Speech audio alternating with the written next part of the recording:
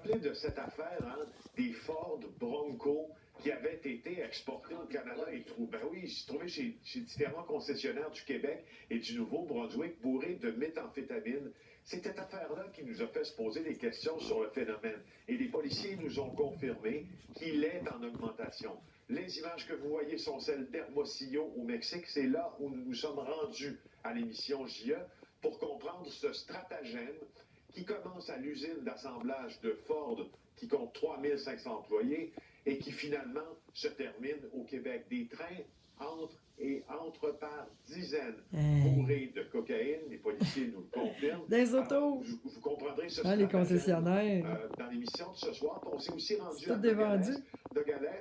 Ben, c'est la ville qui est mitoyenne entre la frontière américaine et la frontière mexicaine. D'un côté, c'est l'État du Sonora, de l'autre, l'État d'Arizona. Mais c'est la même ville, au fond. Et on était à la frontière pour regarder à quel point les velléités de Donald Trump en ce qui concerne la lutte au trafic de drogue a finalement déclenché une peur chez les trafiquants puis complique les choses.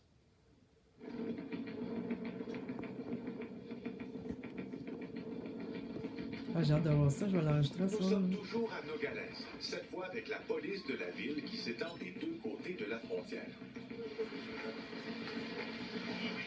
On nous fait descendre dans un endroit très inhospitalier, le système d'égout de la municipalité de près d'un demi-million d'habitants. De ce côté-ci, ce sont les États-Unis. De ce côté-là, le Mexique.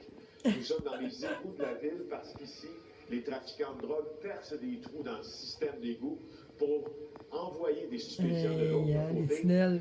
Et ces hommes ici tentent de boucher ces trous, de les colmater pour éviter justement que les trafiquants se servent de ce système pour continuer leur contrebande. Alors le ministre Yann Lafrenière a réagi aussi aux révélations de l'émission JE ce matin. Je ne vous révélerai pas tout, mais je peux vous dire qu'on mène une lutte très acharnée contre le crime organisé, et on connaît leur stratagème. Et on risque ça fait longtemps, hein, tu le connais? Ce genre de stratagème-là?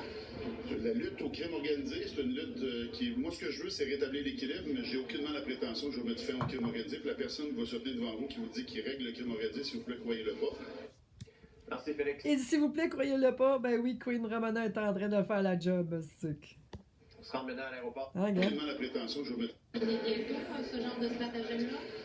La lutte au crime organisé, c'est une lutte qui... Moi, ce que je veux, c'est rétablir l'équilibre, mais j'ai aucunement la prétention que je vais mettre fin au crime organisé, puis la personne va se tenir devant vous qui vous dit qu'il règle le crime organisé, s'il vous plaît, croyez-le pas. S'il vous plaît, croyez-le pas, si tu es vendu, tu penses? Ben oui.